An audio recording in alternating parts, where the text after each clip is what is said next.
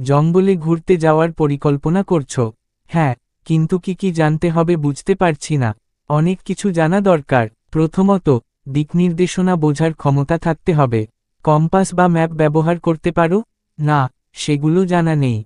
তাহলে সেগুলো শিখে নাও। আর সূর্য, তারা দেখে দিক চেনার কৌশলও জানা দরকার। যদি পথ হারিয়ে ফেলি, ঠান্ডা মাথায় চিন্তা করতে হবে।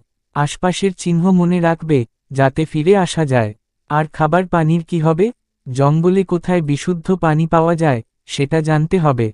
বন্য ফল, শাকপাতা কোনটা খাওয়া নিরাপদ, সেটাও বুঝতে হবে। যদি বন্য প্রাণীর সামনে পড়ি, হুট করে দৌড়ানো যাবে না।